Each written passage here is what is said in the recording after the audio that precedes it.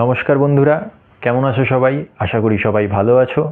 আমি Arghya and welcome to my channel life explanation. বন্ধুরা, আজকে আমি তোমাদের কাছে নতুন একটি ভিডিও নিয়ে এসেছি। সেই ভিডিওটির বিষয় হলো ভ্রমণ বিষয়ক ভিডিও। ভ্রমণ বিষয়ক ভিডিও বলতে এই ভিডিওটিতে আমি তোমাদের একটি জায়গার বিষয়ে আলোচনা করব। জায়গাটির নাম হয়তো অনেকেই শুনেছো। জায়গাটির নাম ভ্রামরী মায়ের মন্দির। কিন্তু যারা জায়গাটির নাম শোনোনি তারা এই ভিডিওটির মাধ্যমে টোটালি জায়গাটির ব্যাপারে তোমাদের কাছে স্পষ্ট হয়ে যাবে। জায়গাটি কেমন, কিভাবে যেতে হয়, কত দূর, কী বৃত্তান্ত, টোটাল বিষয়টি তোমাদের কাছে ক্লিয়ার হয়ে যাবে। বন্ধুরা, এই জায়গাটিতে যেতে হলে শিলিগুড়ি থেকে যদি তোমরা যেতে চাও, আমি শিলিগুড়ি থেকে গিয়েছিলাম, আমি শিলিগুড়ির বাসিন্দা যেহেতু, তো শিলিগুড়ি থেকে বাইকে গিয়েছিলাম। 27 কিলোমিটার দূরে আছে জায়গাটি। আমার এখান থেকে সময় লেগেছিল নিয়ার অ্যাবাউট 1 ঘন্টার মতন। তো কমপক্ষে 1 ঘন্টা নিয়ার অ্যাবাউট সময় লেগে যায়। বন্ধুরা, সবার প্রথমে বলে রাখি, জায়গাটি অবস্থিত শিলিগুড়ির থেকে 27 কিলোমিটার দূরে একটি জায়গা আছে বোদাগঞ্জ নামে। সেই বোদাগঞ্জে ভ্রামরী দেবীর মন্দিরটি অবস্থিত। মন্দিরটি খুবই সুন্দর বন্ধুরা। এখন তোমরা আমার মুখে শুনছো, যখন ভিডিওতে জায়গাটি দেখতে পারবে তখন তোমাদের কাছে জায়গাটি ক্লিয়ার হয়ে যাবে। অনেকেই যারা যাওনি, তোমরা অবশ্যই জায়গাটিতে ঘুরে আসতে পারো। আমি জায়গাটির বিষয়ে তোমাদের ডিটেলসে জানাবো ভিডিওর মাধ্যমে। তো চলো বন্ধুরা, ভিডিও শুরু করা যাক। বন্ধুরা, আমার এই ভিডিওটি শেষ পর্যন্ত দেখো। এই ভিডিওটি যদি ভালো লেগে থাকে তোমাদের, তাহলে অবশ্যই লাইক, শেয়ার এবং সাবস্ক্রাইব করো। অবশ্যই বন্ধুরা, চলো ভিডিওটি শুরু করা যাক।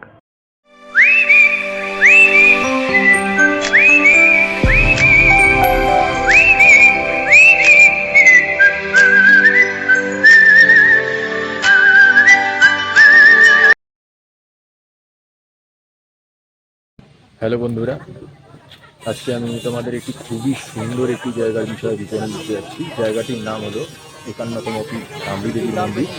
জায়গাটি বোদাগঞ্জে অবস্থিত। আমি শিলিগুড়ি থেকে এসেছি। শিলিগুড়ি থেকে নিয়ার অ্যাবাউট 27 কিলোমিটার দূরে জায়গাটি। তাই এখানে আসতে মোটামুটি 1 ঘন্টার মতন কমপক্ষে সময় লেগে যায়। জায়গাটিতে তোমরা নিজেরা আসলে বুঝতে পারবে জায়গাটি ঠিক কতটা সুন্দর, এতটা শান্তিপূর্ণ একটি জায়গা। তো আমি এই ভিডিওটিতে তোমাদের পুরো জায়গাটি ঘুরে দেখানোর চেষ্টা করব। তো জায়গাটি দেখার পরে তোমরা নিশ্চয়ই বুঝতে পারবে। হয়তো অনেকেই এসছে জায়গাটিতে, এবং যারা আসেনি তারা এই ভিডিওটি থেকে একটি সুন্দর জায়গার একটি সন্ধান অবশ্যই পেয়েও যাবে। বন্ধুরা, আমি এখন মন্দিরে ঢুকছি। দেখতে পাচ্ছ এখানে আশেপাশে অনেক ফুলের স্টল আছে, যেখানে প্রসাদ বিক্রি হচ্ছে, ধূপকাঠি বিক্রি হচ্ছে। ইভেন এমনকি এখানে ছোটখাটো বাজারও বসে, লোকজন জিনিসপত্র কিনছে বাজারে। সম্ভবত এগুলো লোকাল চাষাবাদের যেগুলো শাকসবজি, সেগুলো এখানে পেয়ে যেতে পারো।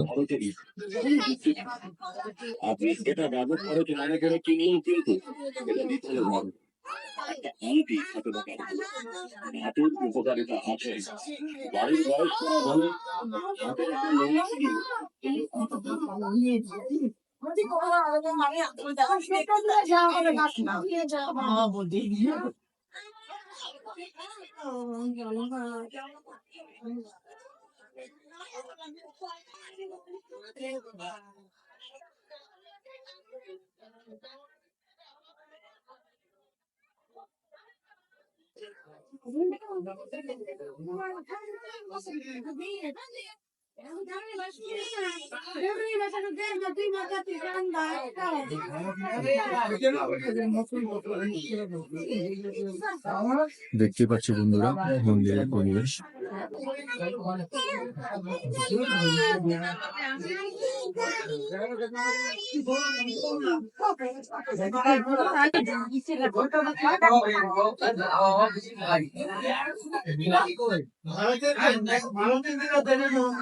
আমি এখন মন্দিরের ভেতরে ঢুকছি।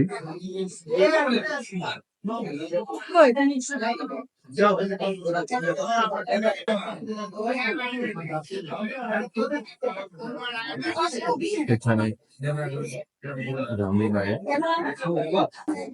মূর্তি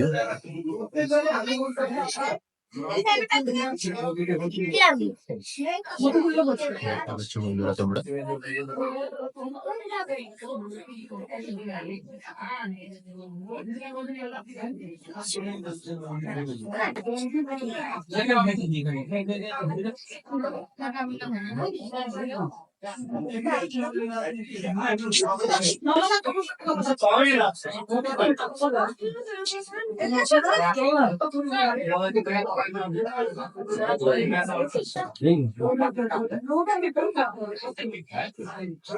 এখানে রয়েছে বাবা মহাদেবের মূর্তি।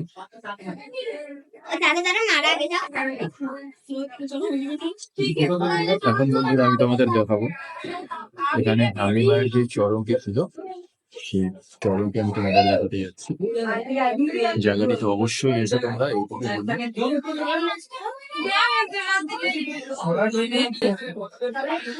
এটা রামলি মায়ের পাথরের মূর্তি।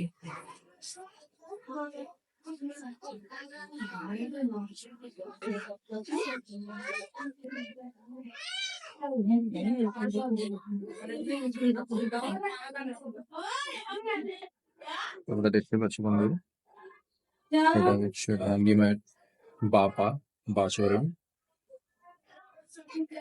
শোনা গেছে এই চরণটি পিঠ।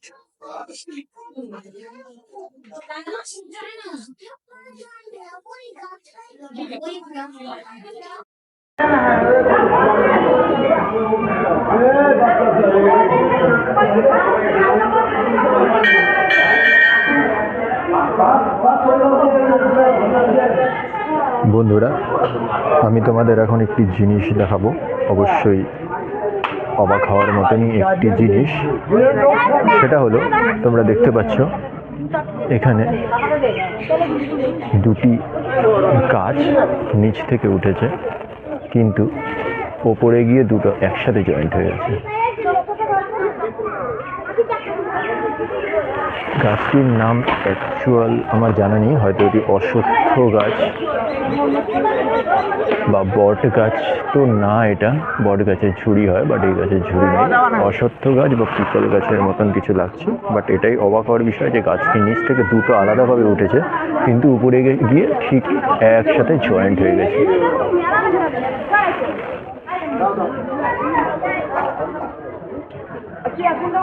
এখানে আরেকটি মন্দির আছে, এই মন্দিরটি নতুন তৈরি হচ্ছে, এখনো পুরোপুরি তৈরি হয়নি, কিন্তু উপরে ঠাকুর রয়েছে। তো চলো সেই মন্দিরটিও তোমাদের ঘুরে দেখাচ্ছি।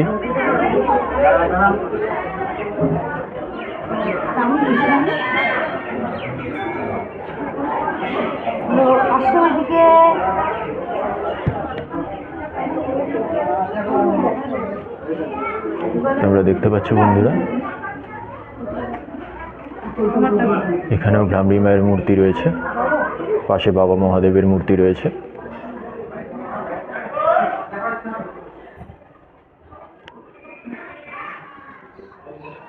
তো অবশ্যই বলবো বন্ধুরা, তোমরা অবশ্যই এখানে এসো, জায়গাটি খুবই তোমাদের ভালো লাগবে এবং জায়গাটিতে তোমরা অনেকটা সময় টাইমও পাস করতে পারবে, খুব সুন্দরভাবে টাইম পাস করতে পারবে। এটুকু বলতে পারি, জায়গাটি এতটা শান্তিপূর্ণ একটি জায়গা।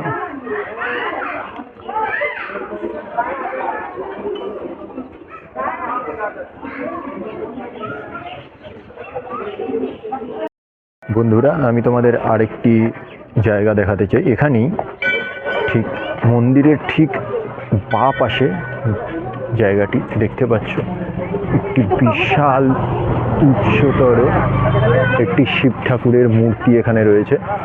ঠিক এতটাই সুন্দর শিব ঠাকুরের মূর্তিটি, তোমরা দেখতে পারছো।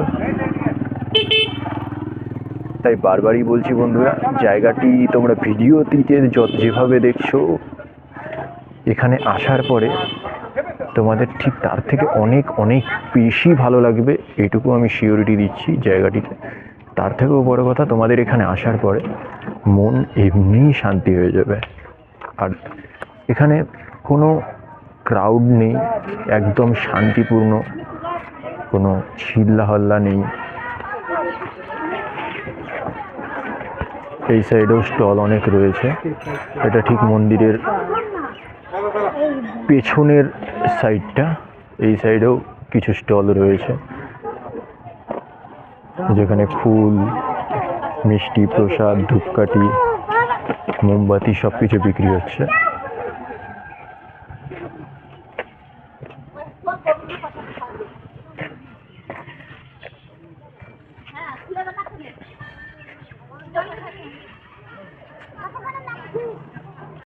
বন্ধুরা, আমি তোমাদের পুরো জায়গাটি ঘুরিয়ে দেখিয়ে দিলাম। শুধু এটুকুই বলবো যে জায়গাটিতে তোমরা অবশ্যই এসো, যারা এখনও আসোনি।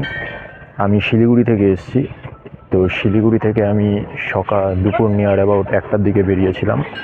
তো এখানে মোটামুটি ঢুকতে ঢুকতে আমার 2টা বেজে গেছে।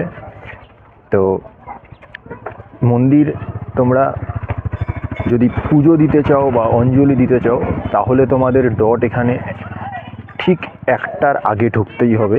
এনিহাও 1টার আগে অবশ্যই ঢুকতে হবে, তাহলে তোমরা এখানে এসে পুজো দেখতে পারবে, অঞ্জলি দিতে পারবে। এখানে এমনকি খিচুড়ি বিতরণ করা হয় ঠিক অঞ্জলি দেওয়ার পরে, পুজো হয়ে যাওয়ার পরে, সেটাও তোমরা সেবা নিতে পারবে। যারা পুজো দিতে চাও বা অঞ্জলি দিতে চাও তারা অবশ্যই 1টার আগে অবশ্যই আসবে। আর যারা এমনি ঘুরতে আসতে চাও, যে কোনো সময়ই জায়গাটিতে আসতে পারো। বিকাল 4টা 5টা বা সন্ধ্যাবেলা 5টা 6টা পর্যন্তও আসতে পারো, মন্দির খোলাই থাকে। তাই এটুকুই তোমাদের বলবো যে জায়গাটিতে অবশ্যই এসে ঘুরে যেও, টাইম স্পেন্ড ভালো করতে পারবে। এই ভিডিওটি এখানেই শেষ করছি বন্ধুরা। তো বন্ধুরা, আমার এই ভিডিওটি যদি তোমাদের ভালো লেগে থাকে তাহলে অবশ্যই লাইক, শেয়ার এবং সাবস্ক্রাইব অবশ্যই করে দিও। থ্যাংক ইউ বন্ধুরা, সুস্থ থেকো, ভালো থেকো, টেক কেয়ার। বন্ধুরা, আমার এই ভিডিওটি যদি তোমাদের ভালো লেগে থাকে তাহলে লাইক, শেয়ার এবং সাবস্ক্রাইব করো, এবং পরবর্তীতে আমি আরও নানা ধরনের ভিডিও নিয়ে আসার চেষ্টা করব তোমাদের জন্য। তো চলো বন্ধুরা, এখানেই আমি ভিডিওটি শেষ করছি। জয় হিন্দ, খুদা হাফিজ, সত শ্রী আকাল, টেক কেয়ার বন্ধুরা।